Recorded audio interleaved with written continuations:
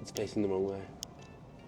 Good afternoon, Jacob. How are you today? I'm good, Vlad. How are you? Pretty good, thank you. It's exciting to have you on the podcast because second episode and... This is the second episode. It is the second, yeah. So Jai didn't get in before me. He didn't, yeah. You kind of snatched it before him. Oh, yes. Yeah.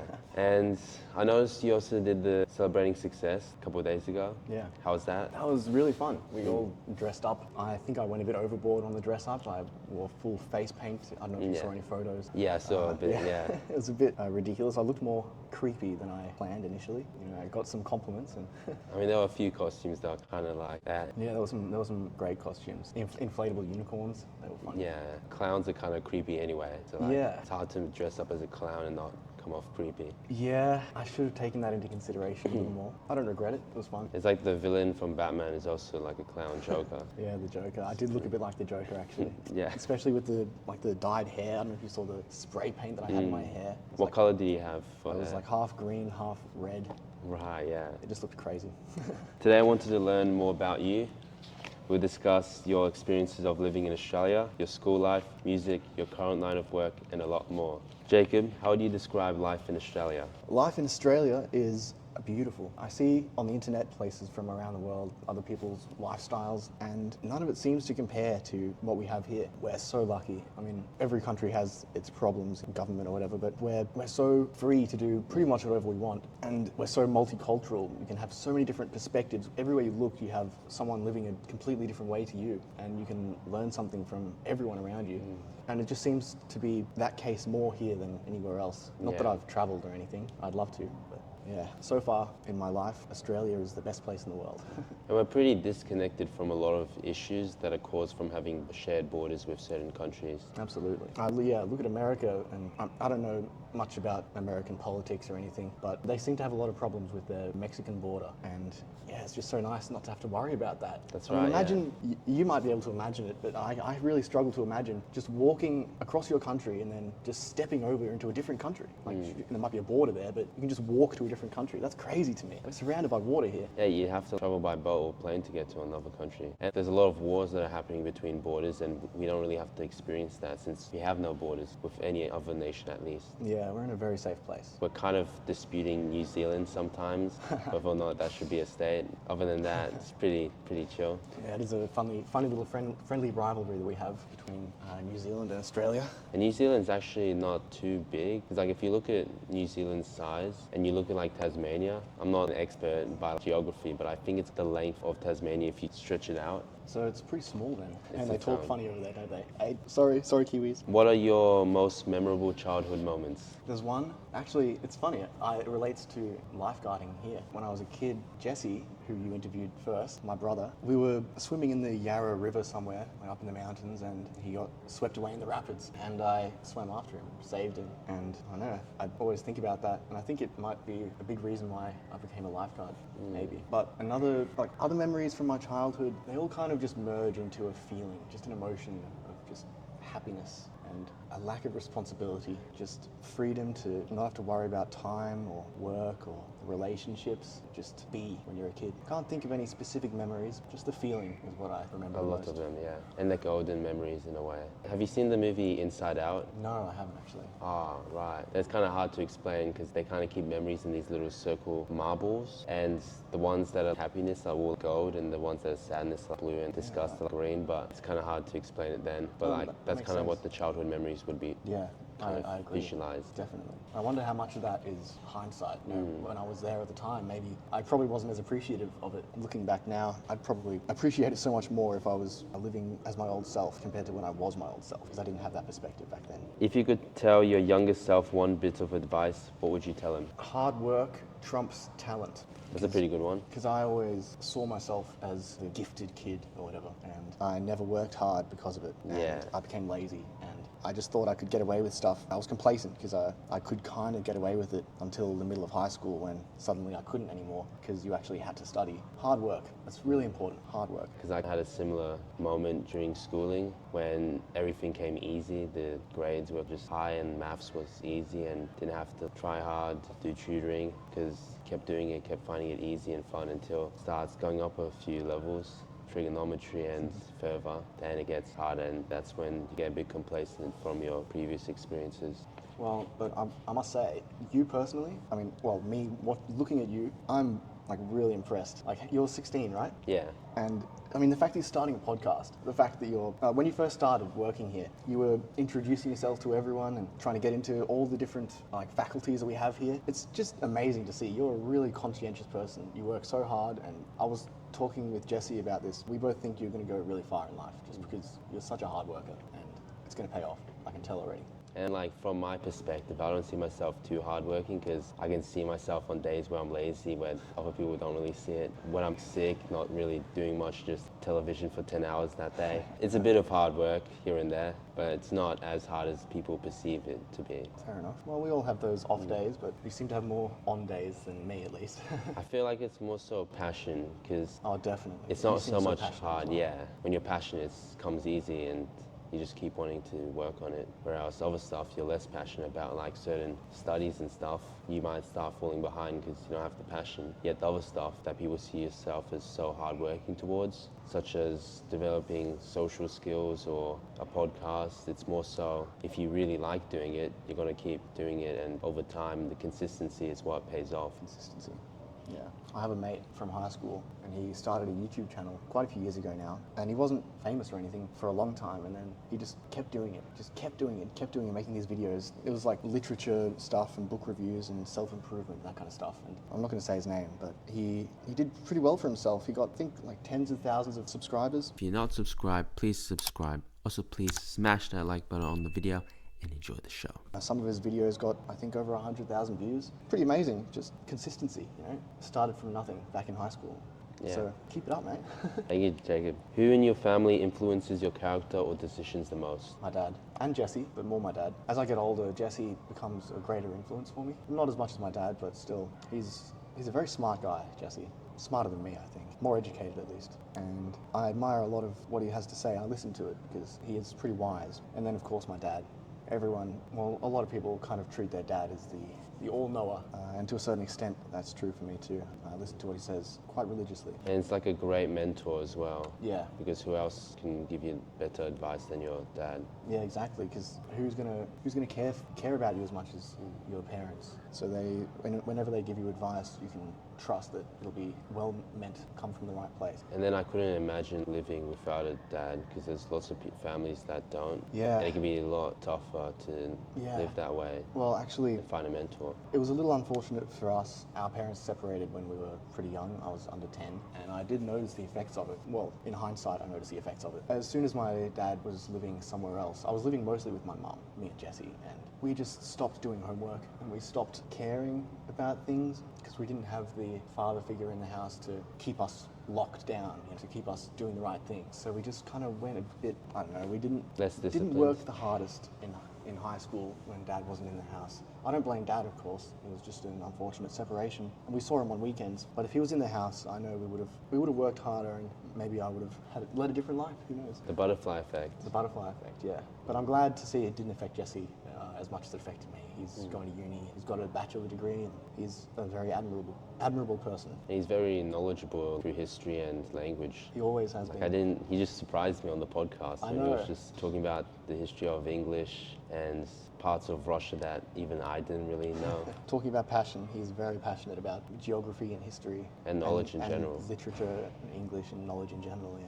What school did you go to? Well, I think Jesse said this in his podcast. We didn't grow up around here. We went to Glen Waverley South Primary School and Brentwood Secondary College, just in the middle of the southeastern suburbs. It was a pretty multicultural school, actually, especially my primary school. We had people from all walks of life, and I think it made me a lot more of an accepting person and far less xenophobic. I don't know if I am xenophobic at all, but I feel like everyone's slightly afraid of something they don't know, right?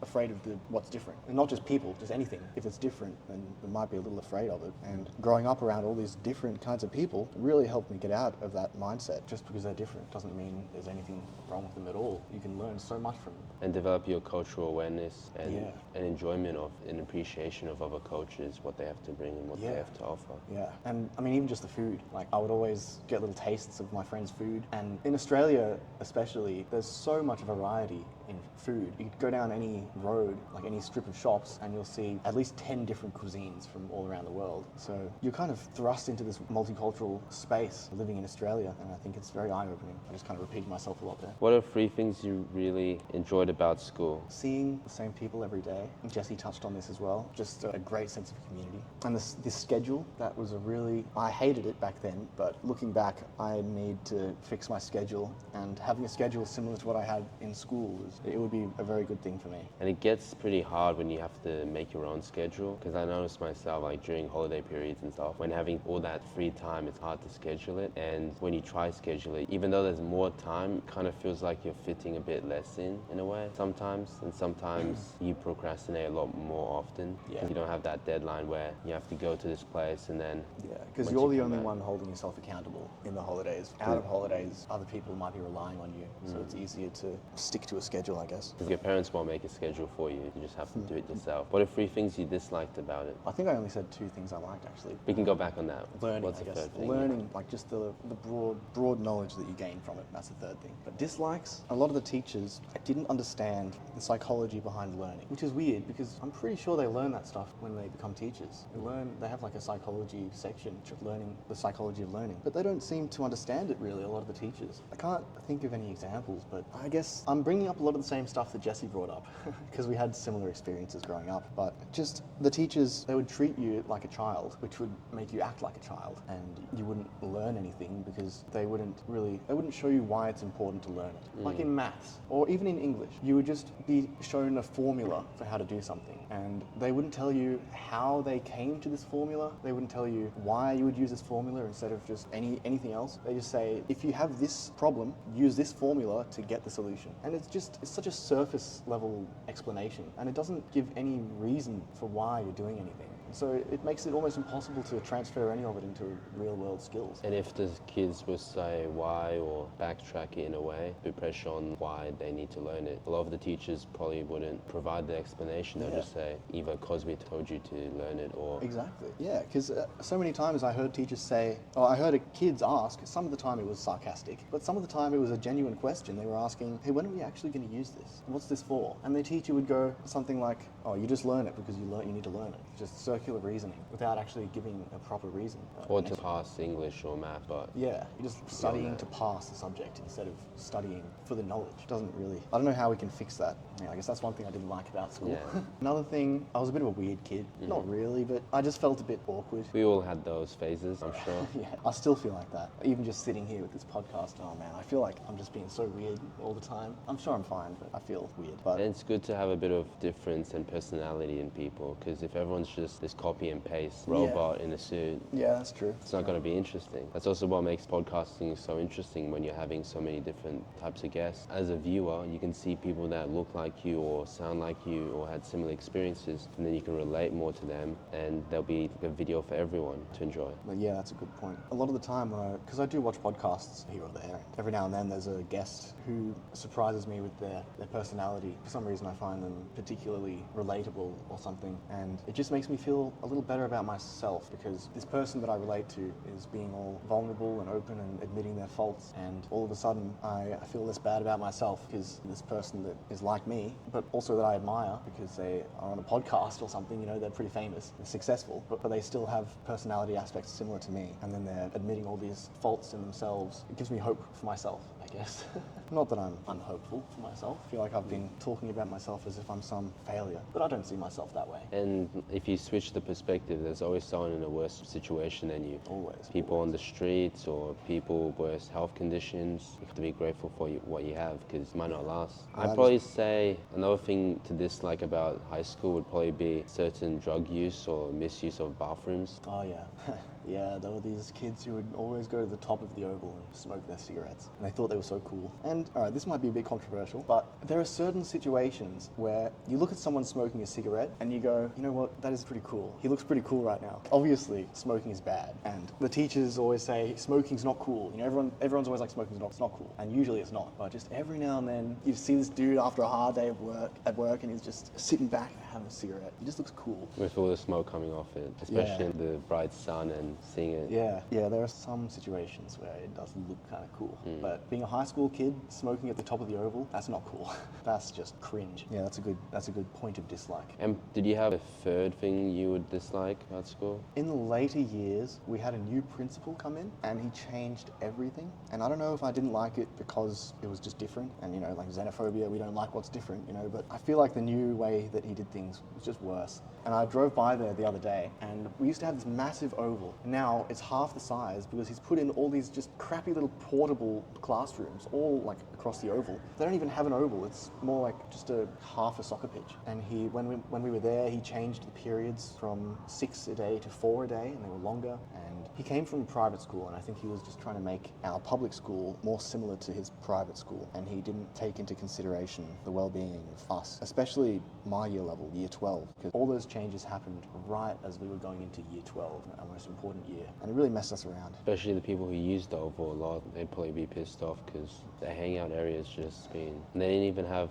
an opinion to voice or vote against it. There was no... And he changed the houses. He got rid of the old houses, the whole old house names, and he just forgot what house anyone was in. And he just said, okay, new houses. What? We were in year 12. We were loyal to our house from year 7 all the way to year 12. And then he just goes, nah, forget about that. What? That's ridiculous.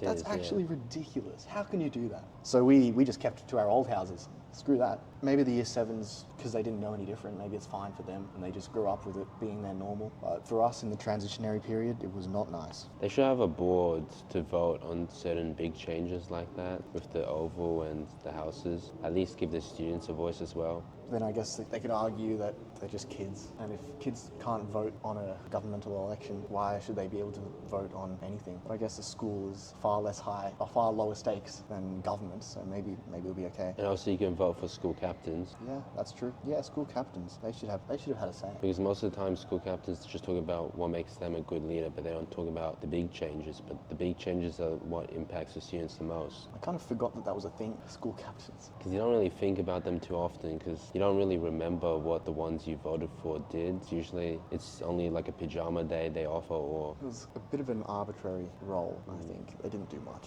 And sometimes there was this one school captain back in primary school who said they'd get some kind of theme park to come over to the school. We voted for them in, but it never happened. You start to resent school captains when they promise stuff and they don't do it and you voted for them. It's kind of the first experience with politics, isn't it? Politics all the way back in primary school. Pretty representative, actually. Talking about all the things you want to do and why you'd make a great leader. Then you get in, what do? Who knows? Not what you said. What subject fascinated you the most? Psychology, physics, and German. Those 3. Psychology in particular, because my dad's a psychologist, and it's just really great to learn about your own mind and your brain. And it was actually really well taught. It had a lot of really useful information that I still use to this day. Just useful little psychological facts. And then German was really awesome. It was so fascinating to learn about German because it's, as Jesse said, it's kind of similar to English. It's like speaking English in a funny accent. And we learned Japanese in primary school, but they didn't teach it really. They just, for 7 years of primary school, they would just sit us in a classroom and talk Japanese at us. And they would just think, oh, they'll pick it up. No, we didn't pick it up. And yeah, the first lesson of German in year 7 that I had, as Jesse said, I learned more German than in 7 years of Japanese. In one lesson of German. I mean, obviously it's an easier language to learn as well, but they didn't even teach Japanese. They just spoke it to us. Or had some kind of picture cards of like a strawberry cow and then Japanese writing below it. Yeah, it was. And the Japanese teachers barely spoke any English. So how can you teach someone a language when you don't speak their language? You can't really translate the meaning of the words too well if you can't speak it. And then physics. Yeah, physics and chemistry, I guess. Just those sciencey subjects. They're just really cool. Learning about how the world works, learning about the mechanisms behind everyday things. Really fascinating. Did you participate in any extracurricular activities or school clubs? I am a musician, always have been, mainly piano. I did piano lessons for most of high school, but then I kind of stopped doing that for VCE to lock in a bit. I did tennis for a while. That was fun. I don't know why I didn't keep it up. I think I was too worried worried about it being one-sided. I was going to work one arm more than the other. And you see tennis players, they're so uneven. Muscle imbalances, yeah. So I think maybe that's why I quit that. But that was early in high school anyway. I also participated in a couple of school productions. I actually had lead roles in both of the ones that I participated in. That was a lot of fun. It was In the Heights and Wicked. Do you know those productions at all? Are you into musicals? Are they like only from your school, or is it? No, they're proper Broadway musicals. Yeah. Were you in the Broadway musical or your school? It was just my school. It was just Recreation. yeah, the school recreation. Yeah. Okay. Yeah. Because I'm pretty sure our school also did like recreations of the Wickeds. Oh, Wicked. Your school did Wicked too? I'm pretty sure. Oh, really? That's so cool. And one called Twilight. Twilight. I think it's called Twilight. Like the books? I don't think so. Never heard of that one. I've been to one musical recently-ish with the family called Jesus Christ Superstar. I've heard of that. I haven't seen it. Is it good? Pretty good. It's meant to be a play off the stories in the Bible, but like a musical rock star version. Sounds pretty fun. Yeah, the musicals that I was a part of, I wasn't even going to join initially. I wasn't going to do it, but then I was in music, I think, my music class, and my music teacher just kind of went up to me and he said, "Hey, I think I have a role for you. Do you want to do the school musical?" And I was like, "What? Man, I don't know. I've never been into that. I don't dance. I don't do that kind of stuff." And he said, "Nah, there's no dancing in this role. It's just doing a bit of singing and a bit of talking, a bit of acting." And it took a bit of convincing, but I eventually agreed to it. And I'm really grateful that I did, because it was an amazing experience. It was just so much fun. It helped build my confidence as a performer, because I was kind of struggling with that as a musician already, just getting up on stage. And I think being in those musicals, it actually cured my performance anxiety. I can get on stage as much as I want now, and I feel fine because of those musicals that I was a part of. Yeah, because theatre is definitely a great venue to develop your even public speaking skills or skills to be on stage or acting,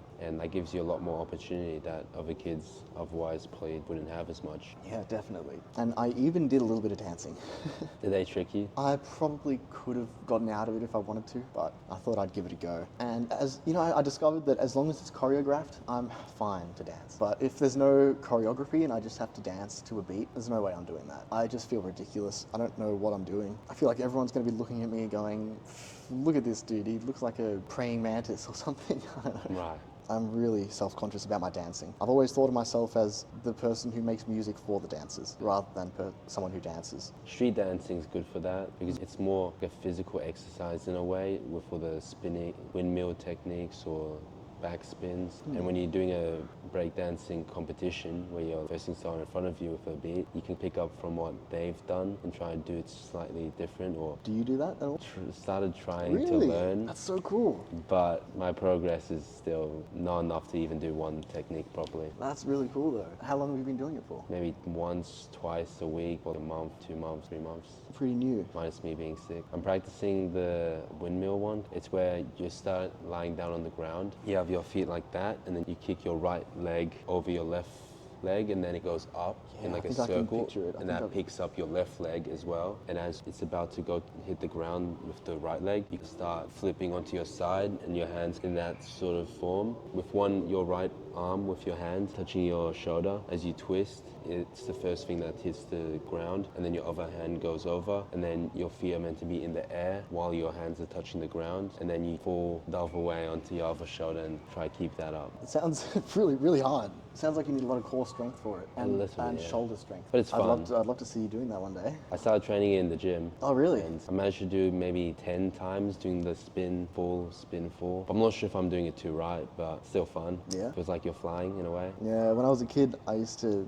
think I could break dance because I would do that thing where you swing a leg just around in a circle underneath yourself, like this or something, and you just go. Oh, yeah. That kind of thing. And keep I that thought up. I used to think I was so cool for doing that. I did that at all the school discos. I cringe looking back. Luckily, there's a lot of YouTube videos and tutorials on how to learn the breakdancing moves, which is where I started learning the windmill. Well, that's the thing about this modern age, is you can get good at anything really easily because there's so much information about every single topic on the internet. And there's a YouTube tutorial, like a dozen YouTube tutorials for every single subject you can possibly imagine. So it's a really crazy time that we're in, actually. Maybe I could get over my fear of dancing that way too.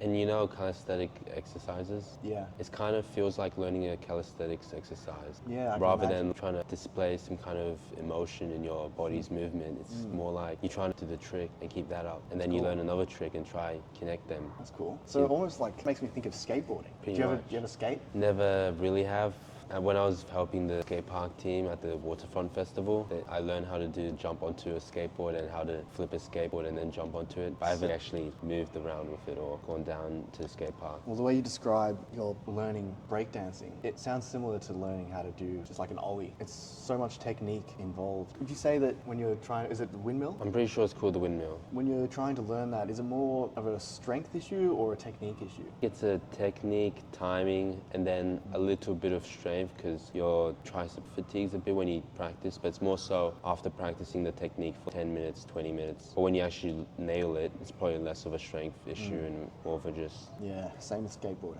Yeah, you just got to drill it, just drill the same thing again and again and again until it's harder for you to make a mistake than it is for you to get it right. I'm also trying to do another breakdancing technique where you start on your back, your hands like that, and then you kind of kick your legs up and then try to I can do that. I can do that sometimes. Because I'm trying, but it's not working. Really? I just keep smacking my back on the ground. Yeah, you got to be careful. Make sure to do it on a soft surface until you get it right. I've got to be careful though, because one time I tried doing it, but my hands were in my hair, and right. I like almost ripped my scalp off. Got to be careful with that. But you can do it. I can, surprisingly. When did you teach yourself, or did you just randomly? I just tried it one day.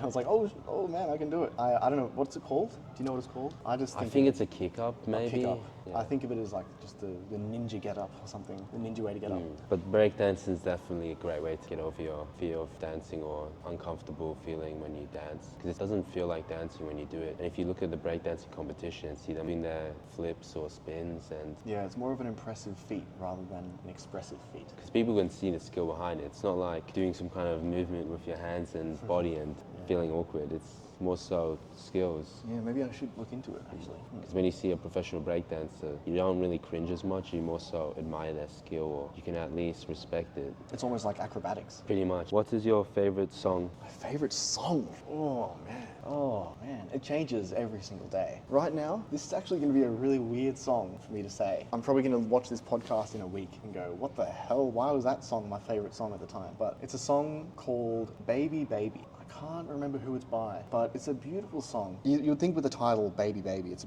some girl singing about a boy, right? Oh, baby, baby. I thought it would be some kind of gangster song, since most of them, the rappers are like Lil Baby or... Oh, true, yeah. Nas Baby or Baby X. Yeah, that's funny. But no, this song, I think it's like a mid-2000s or like 90s, just kind of girl song. And I liked it, and then I watched an interview about it, and she said she wrote it about her daughter instead of some random boy love interest. It's about her daughter. And I thought that was so beautiful, because it's already such a beautiful song. And yeah, I don't know. I think the reason I like it so much, apart from the story behind it, is the bass is really cool. It's got this synth bass, I think, and whoever produced it, whoever wrote the music for it, they really paid attention to detail. They knew that musicians were going to be listening and appreciating it behind the scenes. And the chord progression is really cool as well. Just a really nice sounding song. What are your favorite music genres? Rock, metal, all that kind of, all that heavy stuff. I'm not a big fan of screaming, that's kind of the cutoff for me, like heavy screaming stuff. I also love classical music. I was a classically trained pianist, so I do have a deep appreciation for classical music. I love the Beatles. I think the Beatles are really their own genre. I can't really put them in any genre. I don't listen to too much modern stuff, but I don't know. I don't try to stick to genres. I just listen to music that's well written. If it is well written and it has good chords or good musicianship or good vocals or whatever, I'll like it. I'll appreciate it, no matter what genre it is. Jesse told me that you're a musician, which you mentioned earlier in the podcast. When did you start learning music? I think I was probably 3 or 4 years old. My dad got me a little keyboard, a little electric keyboard, and then as soon as I started prep, I was getting lessons. Started off with these random keyboard lessons, but they weren't very good, so we switched early on to proper piano lessons. Still in prep, I was doing piano lessons, and that carried through, as I said, all the way to the VCE when I stopped. But then I also started learning guitar in grade 4, and now I kind of consider myself to be a multi-instrumentalist. I can pick up most things and play them pretty well. And I sing as well. In fact, funny story, it's a bit of a long story, I guess. I think it was grade 10, my dad was in a band at the time, and he also reconnected with one of his old Facebook friends. And this dude happened to be a music producer, and so he thought he would try and produce my dad's band. But then after a couple of months, he realized they're middle-aged, regardless of how good the music is, that it was unlikely for them to make it big. But then it turned out this dude, this music music producer. For a few years now, he'd been working on a side project. Well, not really a side project, it was his main project, writing these songs, waiting for some young singer to come along and sing them for him. And so he asked my dad if my dad knew any young singers, and he was like, "Wait, hang on, my son can sing." So I got an audition, and he really liked my voice. So I ended up working with this music producer, recording these songs. And this guy was a big, in the 90s and early 2000s, he produced some of the biggest names in Australia. And so then I was working with him, and I was recording my voice with him, and we were going to release this album. And then there was a lot of complicated stuff that happened. It's really, really complicated, but there was a big falling out between a lot of different people, and there was unwellness and things said that couldn't be taken back. And I just decided I couldn't work with this guy anymore. He was driving me crazy. So I gave up on that, and I do regret it. I still wonder what an opportunity. This guy, he produced some of the biggest names in Australia throughout the 90s and 2000s. And then he had his attention set on me, and he had all the music written and ready to go, and he just needed my voice. And I just gave it up, dude. So stupid. But maybe it was for the better. 'Cause if Maybe. you look back and look at other famous musicians or songwriters or singers like Justin Bieber, do you think he regrets signing with P. Diddy at that time if I'm sure he the does. allegations were true? Yeah, And even though he had all that success in music, was it really worth that experience? I guess. So maybe It's it would up have to been, everyone to decide whether it's worth it for themselves. and maybe he would have been better off if he didn't sign. Maybe. Never know. Yeah. That's the thing about life. You never know. You never know. Well, thank you. Yeah, that does make me feel better. But I do regret it still. Because if you think about the plus side of that, it can be easy to regret decisions you've made in the past. Yeah. Because that would have been a big opportunity. Yeah. And it sounded like a golden opportunity. Absolutely, dude. But if the person had the wrong vibe or didn't treat you right, or It was impossible to work with. that could have been a big red flag early on. Because I also saw news articles from some of the other bands that he used to work with, and they had similar fallings out with him. And so it kind of made me a bit sus of this guy. Like, why are all these bands falling out with this guy? What's he doing that's pissing them all off? And I realized it's hard to describe, but he's just maddening. But in terms of music, these days, I'm in a couple of bands. We just write stuff mainly for fun. Hopefully we can professionally record some of it at some point and release it properly, and maybe even start playing some gigs. But we really struggle to get past any preliminary stages of writing. We jam and we get an idea, and then we develop this idea, and then we just have an idea. And then next time we just jam and develop an idea, and then we have an idea. And then we have all these ideas just scattered all over the place, and we have no idea how to put them together into songs, or we have no idea what kind of lyrics they should have. I have that same issue with my own personal writing, because I do try and write some music by myself as well, and it's so hard to be creative. And when I do get some kind of creative inspiration, I can't figure out how to connect it to a song. Yeah. It's just this isolated, cool little section that I've got, and I can't broaden it into something bigger. I don't know. What a lot of rap artists do is, as soon as they get a small idea, they try to open up their big notebook and start writing down the lyrics and writing down the rhymes, because what they say, the longer it lingers in your head, the worse the lyrics become, or the worse the song becomes. And they like to just get it out from the top of their head, rather than trying to make it feel perfect by spending hours on it. They just try to get it out quickly. Yeah, that's the problem I have. I'm never satisfied, and I'm sure it probably sounds way better than I think it does, but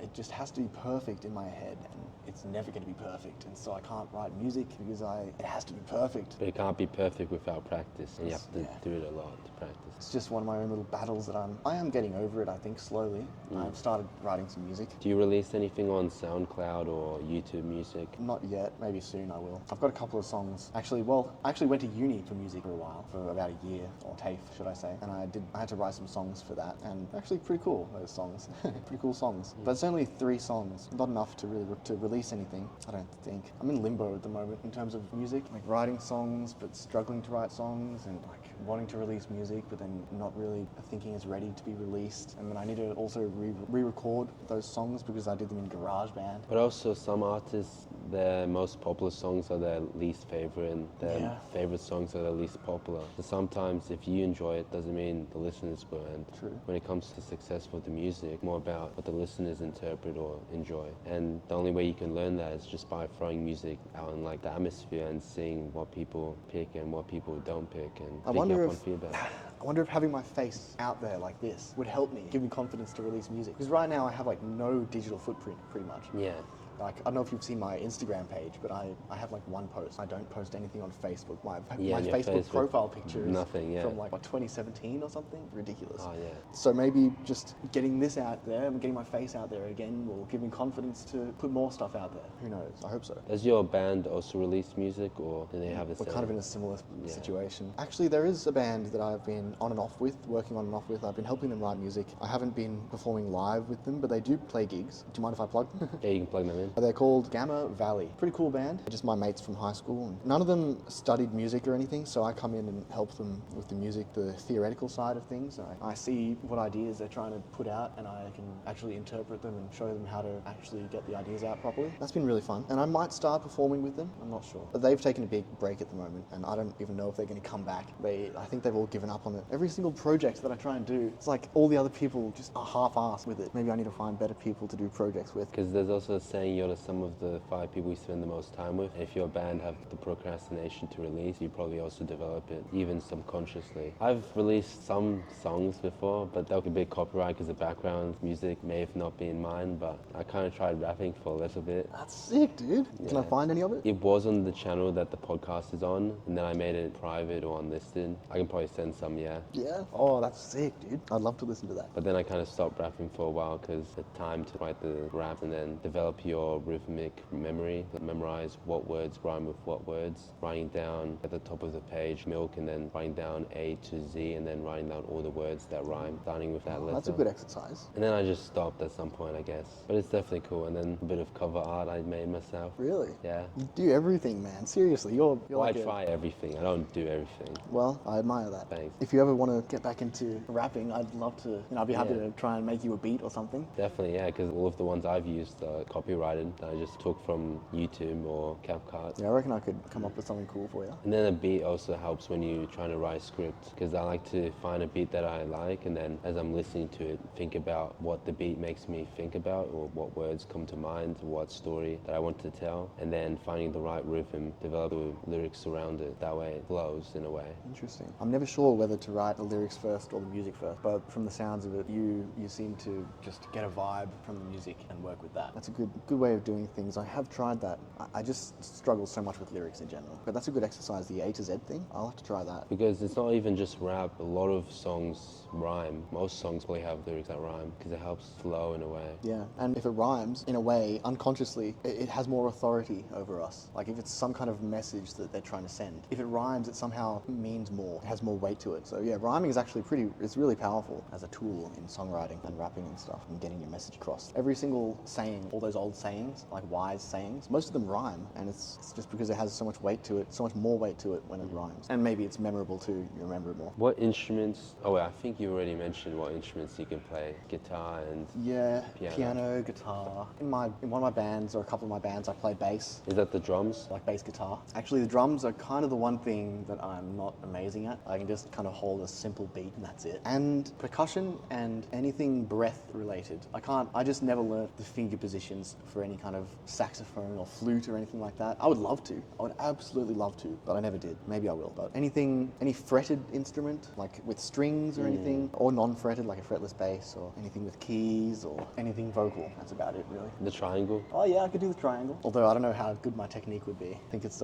pretty intense. There's this one YouTube video, The Pink Panther, Henry Mancini. They're playing it live, the theme song, and the drummer, he starts off on the triangle, and the very first thing you hear is just, and it's just so cool. Like he's just smooth, and then like he puts the triangle down and just gets on the drums. It's just so cool. But I reckon I could play the triangle if I tried. Was there a specific moment when you knew music was what you wanted to do? Well, even right now, I'm not even certain it's what I want to do. I've always been really confused about my interests and my passions. I just don't know where I want my life to go. I guess I've always just identified as a musician. It's not like I just had this moment where I thought, yeah, I've decided that I'm going to be a musician. It's like I was born into it almost. And I'm fine with that. I'm grateful for that, very grateful. Part of my identity, I'm a musician. Do I want to make it my profession? Maybe. But I'm 24, so I'd better get onto it. Don't have much time. And now with social media and the internet, it's given people a lot more time and a lot more leeway to make it in any sort of profession. Because if you don't make it as a musician, you can make it as a musician influencer on YouTube, teaching people how to make songs or... Yeah, true. Far more pathways, I guess. I was a piano teacher for a while, actually. It was really nice. But I think I was too young for it at the time because I was teaching at primary schools and I felt like such an imposter. I felt like I was meant to be a student there. And all of a sudden I was a teacher and I just felt it was too much responsibility and I felt way out of my depth. But I think now that I'm a bit older, having experience as a lifeguard as well, and just having experience as a more authoritative figure, I think going back to teaching piano, I'd find it a lot more enjoyable. And it's good to give back, share your knowledge with other people. That's why a lot of people really enjoy teaching. And I always seem to get good feedback from the kids. They seem to like me, which was really, really nice. So nice to just teach this little kid some piano and then the next week you get a little note in your book from the parents saying, he couldn't stop talking about you all week. Man, that warms my heart. Who were some of your early influences? Well, apart from my dad, I had a teacher in primary school, PE teacher. He was an awesome teacher. He would, regardless of the weather, if it was pouring down with rain, we would be walking to the footy oval down the street to train for footy, no matter what. And I loved that. It was just, he put grit into us. He taught us that you don't have to be this perfect little, always clean and dry, and you can get dirty. You can face the world. And then all of a sudden in grade 6, he left and we had this new PE teacher and she was the complete opposite. The slightest cloud that was a bit dark and she would go, oh no, we can't go to footy training. It might start raining. And that made me so angry. But yeah, that first PE teacher that we had, he taught me some good lessons about grit in life and just being strong. And then there was another teacher in year 7. He was a big influence for me. In fact, he goes to this pool sometimes. His daughter has lessons here. So I see him sometimes, which is really, really nice because I look up to him. I want him to see that I'm doing well for myself and be proud of me. And I get to actually see him, which is really cool. He was my English teacher in year 7 and he was just a really morally grounded person and he always did the right thing, really, but he did the right thing in a fun way. He understood the psychology of how to learn and how to teach. He actually understood and he made the whole class invested in learning in a fun way and I've just always admired him. And he was also a big gym goer and he was very fit and healthy and just a great influence. Teachers, I think people don't realize, but I think a lot of people do realize just how much of an impact teachers have on you growing up. They completely change the course of your life, a teacher. They can. They could be the make or break for you becoming interested in a subject or not. In fact, most people I know who hated maths, when I ask them why, they don't complain about anything to do with maths. They only complain about the teachers. And I wonder if they wouldn't hate maths if they didn't have those complaints about the teachers. Maybe they would love maths. Who knows? Teachers are so important. You need a good teacher. How has your upbringing or environment shaped your sound? Well, it's interesting. I know I'm 24, but I haven't really had the time to develop my sound properly. If I listen to the songs that I've written so far, they're all so different from each other. They're all completely different genres. I don't know how I could describe them as one sound. I guess the main thing that would have influenced that kind of stuff though would be just the music I listened to growing up. I think mainly just the music I listened to. I don't know. I wish I had a better answer for that one. I mean, that's pretty fair because you wouldn't want to make music based off music that you dislike. Usually you take elements of what you like and then change it up in your own unique way, which is why I did rap because I enjoyed rap. But I made it my own unique style because I didn't have any crimes to talk about, so I had to talk about other parts of life. Like what? Lifeguarding was one of the songs. Sick, dude. Oh, so it's recent then? It was, when I first got the job, December. Cool. To February. Man, were you, I always forget this. Did you shadow me or was I there for your first proper shift? It was one or the other. I remember either being there for one of your shadows or being there for your first shift. I remember I had 3 people who were my shadows. One was Andrew. Another one was maybe Ella or someone else. And then a third one that I don't really remember. But I don't think it was you, unless maybe you were working that shift as well, but you weren't my shadow. Well, I remember the first conversation I had with you. Actually, no, it wasn't a shadow. It was I think it was one of your first ever lifeguard shifts. Yeah, I was walking that way and you were walking that way. I think you were walking back from the 50 and I was walking down the leisure pool. maybe because I was an extra lifeguard to change lane ropes or I was swapping with someone. I spoke with you and then you noticed my name. Yeah, I and remember it was noticing your Russian. name. I was like, this guy's got to be Russian, right? And then you told me your brother was learning Russian. I should speak to him in Russian or something. You remember that? I do remember that. First impressions. I remember thinking you were pretty cool. And also, for a 16-year-old, or for anyone, you're buff, dude. A bit, yeah. Yeah, dude. Crazy. I mean, you can't really tell when you're in the uniform. as Well, much. with you can tell. Like, your back, man. Like, you got a good back. You did a lot of swimming, right? A lot of swimming since Yeah. the age of 3. Well, there you go. Yeah, you're built, mate. Do you have a favorite artist or band to listen to? Similar to my answer to my favorite song, I think it changes every day. But I guess I'll always come back to the Beatles. The Beatles are just one of my all-time favorites. Led Zeppelin, obviously. Steely Dan. I love listening to musicians rather than bands and their solo albums. I mean, I love listening to bands as well. If there's a band who I notice has really good musicians, I'll always try and find the musicians and see if they did any solo stuff too. Like Larry Carlton is a good example. He's this guitarist who was part of Steely Dan and a few bands, and his solo albums are amazing. A great guitarist. And there are a lot of musicians that I discovered like that, just listening to bands and going, who's the guitarist there? Who's the bass player there? And then you'd go through their whole repertoire of music, and it's just this brand new musician that you love now. So I'm always changing who my favorite artist or band is. That's interesting. Did you have an old time favorite that? I guess the Beatles. It'll have to be the Beatles. Yeah, they're classic. What about you? I like 50 Cent. Oh yeah? That's probably a bit of a newer interest. Yeah, actually, you know, I do have a mate who's into that kind of gangster rap side of things, and it's given me an appreciation for it too. It's really cool, some of it. He might not be the best influence some songs that are kind of promoting some aspects of crime, but again, it's an art form. It's like a movie that's about, criminals, like bad guys or something. Exactly. It's art. It's not. It's not the activity itself. Exactly. I like his album Get Rich or Die Trying. Yeah. That's one of the ones I'm listening to recently. Get Rich or Die Trying. I'll have to listen to that. It's the one where it's a picture of him and then there's a shattered bullet-shaped hole through glass and then the cross is in the hole. I'm not familiar with, but I'll look that up. What exposed you to them? Your favorite? My dad. My dad's a big Beatles fan too. So he would always burn loads of Beatles songs onto CDs to have in the car, and that was just the soundtrack of my childhood. The Beatles in the car, always blasting the Beatles in the car. What a great way to grow up. I would say personally, listening to the Beatles as your soundtrack, that's the way. Because nowadays a lot of kids are growing up listening to like some kind of Sigma edit sound or Among Us. Man. And Some of the stuff you see on the internet these days, crazy. it just gets dumber and dumber every year. Yeah, I worry for kids. I mean, I see the kids out there sometimes, and it's not pretty. Some of the kids and the way they behave, you can tell they're just iPad kids. It's sad. Imagine them 10 years time trying to find purpose or direction and they spend all those years on iPads or I hope my hair hasn't been messing with the microphone, actually. might not. It might be a good way to prevent the echo in the background. Maybe. I just hope it hasn't been rubbing up and down Yeah. too much. What are we talking about, sorry?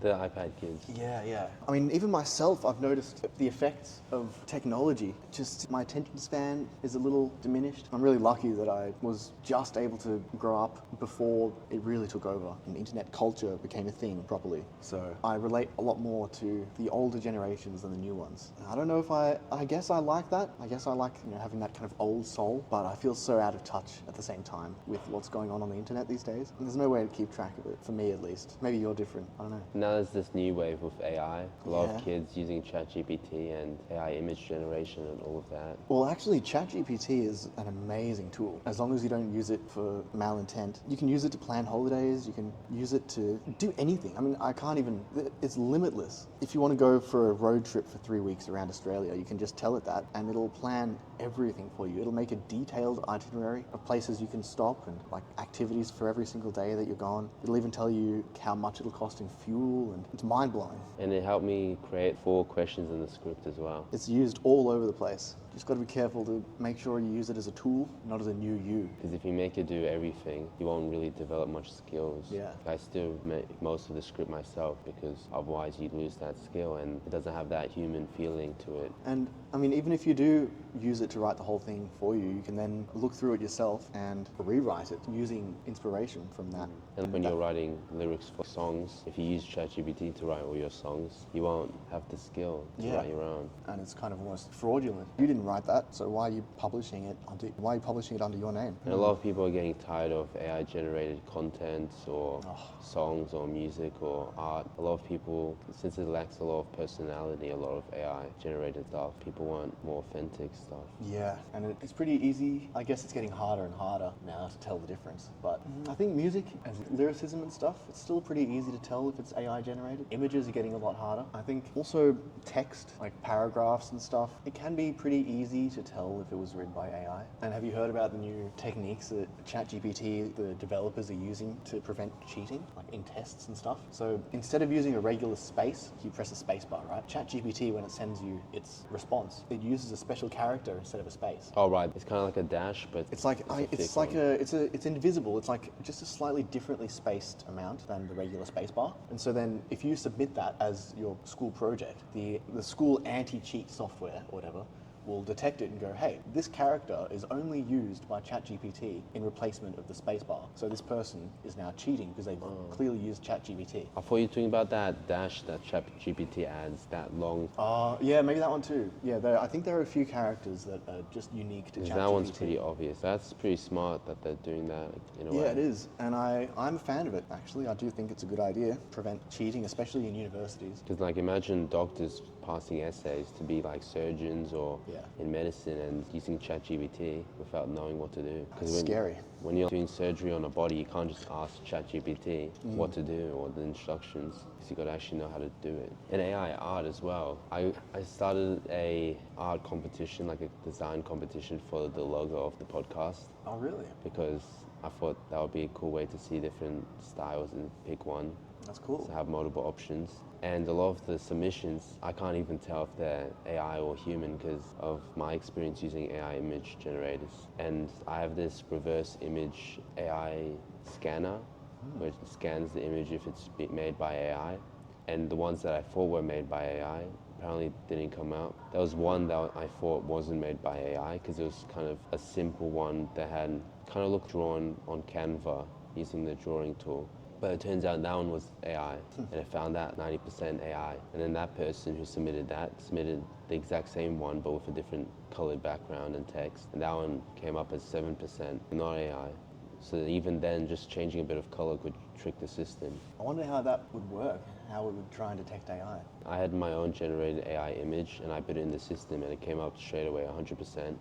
But that one, it had an emu with a missing head and some other stuff. Weird species of animal that was a koala-looking thing, but it had the body of a kangaroo. Ooh, yeah, AI does generate some new species sometimes. Can be weird. Actually, I have a mate who he actually did some album art for that band I was talking about, Gamma Valley, and he used AI, but it was a really involved process. He didn't just plug in a prompt and then use the image for the album art. He had to write 50 prompts just to get the base image that he wanted, and then he would use that base image in Photoshop with 10 other different AI images, and he would blend them all together into this really cool photo that AI wouldn't have been able to do, but it gave him all the different aspects that he could put together himself. So I guess it just makes the whole thing more streamlined in a way. But then you have to wonder if it's just taking work away from artists, visual artists, for example, because my mate could just get those images for free online, whereas previously, if you wanted that level of quality of an image, you would have to... Couple hundred. Yeah, you would have to commission someone to do it for you. If you're lucky, maybe they would do it for free if they're a mate or something, you know, but it would take a long time to do. And you can't just get 50 different versions of it with the different prompts and just pick the one you like. You just have to hope that after spending 20 hours on this one art piece, that it's going to be something you like. If you don't like something, you'd have to spend more time waiting for them to tweak it up. Yeah, exactly. And you feel bad rejecting them for it too. Whereas you can reject AI a million times and you don't have to feel bad about it. It's confusing. I don't know how I feel about it. It's good and bad. And imagine kids nowadays, instead of using their imagination and creativity to draw some kind of art and develop their drawing skills or digital design skills, they just use AI to create what's on their mind, and then they lose all the years they could have spent developing their skills. But then I wonder if that's kind of time better spent in a way.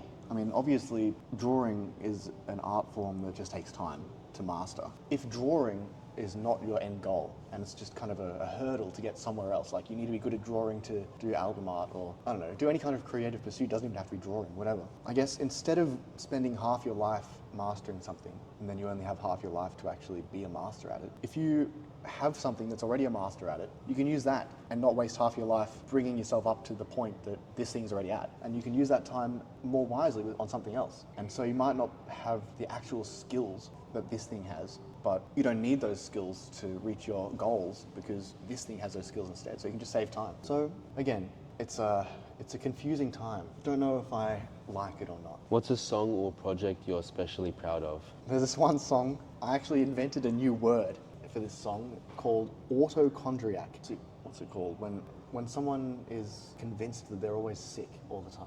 Hypochondriac. Hypochondriac, Okay. thank you. A hypochondriac, that's the one. Yeah. And so I thought, what if there was a hypochondriac, except instead of their own body, they're worried about their car? An autochondriac. I don't know, it's a bit silly, but I wrote a song about it, and I mean, it's catchy. It plays in my head sometimes, and every time it plays in my head, I think, man, it's actually a pretty decent song. So I'm pretty proud of that song, I think. I should release that. And there's another one that I wrote about a jumping spider with 7 legs, and that's also, it's a cute little song, actually. I'm kind of proud of that one too. And is there a reason you don't want to release it if they're already done? I guess, well, I do want to re-record them because they're very rough. It's just a single take of my voice. You know, I like miss notes and stuff. I recorded all the instruments myself on GarageBand, and like the percussion, I just used a jar full of coins for the snare and a box for the kick drum. I need to redo it. Maybe once I redo it, I'll feel more comfortable publishing it, but I'm so self-conscious. I'm so worried about how it's going to be received, even though it doesn't make that much of a difference, really. A lot of artists re-release their old songs anyway that are already published. Yeah. So you could release it, and then over time, as you improve it, you can release an update version. Yeah. Actually, there's a band called Cassiopeia. They're a Japanese jazz fusion band. They always did that. If you go back to their first 10 albums, there's 3 or 4 songs that are repeated across all of those albums. And every time they play it in the album, it's a different version of it. It's different instrumentation, a different arrangement. So that gives me some inspiration to just release stuff, and then I can always go back and fix it and re-release it later. That's a good point you made. I should get into that. I should think about that more. And it's pretty easy to release it on YouTube or SoundCloud. There's a lot of content that probably shouldn't even be released that are way worse quality, but they're still out there. And you never know, maybe you might not like it so much, but someone else might love it. It might be their favorite song, because music's a pretty subjective taste, but everyone has a slightly different one. You never know how well yours would do. I should just bite the bullet, I guess. That's right. Throw it into the ether and see what they think. Well, maybe I'll plug it now then. Maybe, yeah. Well, might have to put in the description once you release it. I don't even know. I guess I'll just release it under my own name, Jacob Silver. Or make like an artist name if you want, because a lot of artists have artist names. 50 Cent isn't a real name. Lil Baby and all the other ones. Ice Cube. I don't know what mine would be. Well, my middle name's Jethro, so I could do something with that. I could use ChatGPT to help. Definitely, yeah. That makes it a lot easier. Come up with a stage name for myself. Maybe something lifeguarding-ish. If that would help. Maybe. Lifesaver, because you've saved Jesse's life. Yeah, sexy saver. Or that too, yeah. What's on your playlist right now? I've actually always kind of been confused by the whole playlist thing. I listen to albums mainly and individual songs. I don't make playlists. I just can't, I don't know what it is. I've never been into it. I've never thought about why properly or anything, but I just listen to albums instead. I think an album is the way the artist intended for you to listen to it. That's the order of the songs that they wanted you to listen to it in. And it almost feels like... Disrespecting. I didn't want to say that, but kind of. Disregarding. Who am I to change the order of songs that this artist decided on? An album is an experience. It's not just the way I see it. An album, you sit down and you listen to the album, and it's not just some songs. It's an experience. And how it used to be, you used to buy a physical album copy that had all the songs in the order. Yeah. You just plug and play. Yeah, I always think about stories that my dad would tell me when he was young. You know, he would go with his mate, he would save up for a week to be able to afford a new cassette. And he would go with his mate and buy the brand new album that was out, like, I don't know, like the new Queen album or something. And they go home and they just sit in one of their rooms, put it on and just listen. And just listen to the whole album front to back. People don't do that these days. People don't sit down. People don't treat that as an activity, sitting down and listening to something. It's more of a multitasking thing to make It's like a background thing. But it's really meditative, actually, just sitting down and just really immersing yourself in an album, especially with headphones. If it's like a stereo album and it's got surround sound, it's really meditative and it can just give you an appreciation for all parts of life afterwards. You come back out of it and you think, man, life's beautiful. Music is like a portal into your soul. I always thought music was a portal into someone else's soul. Yes. That's really good. That's really good. Because there's some albums that are more depressing, and sometimes will make you feel more sad in a way after listening. Whereas other songs are more cheery. Some songs are more violent. Some songs are more calm, and you can visualize yourself in that life. Yeah, actually, I really liked what you said there. That's really profound. It's almost like it's a way for two people's souls to connect. I think eye contact is another way to do that. You know, like two people like really staring into each other's eyes. That is a way to really connect with someone. Look into their soul. And I feel music is a similar way to do that. If someone has really poured their soul into a song and you listen to that song, you can get a window into their soul, whatever a soul is. And also jamming with people. When you're making music with someone on the spot, there's something really intimate about it. You're sharing an ethereal experience, otherworldly almost. You're both transported into this realm where there's no vision, there's nothing except just Thoughts and feelings. And emotion. ideas and emotions and conversation, musical conversation. Storytelling as well sometimes. Yeah.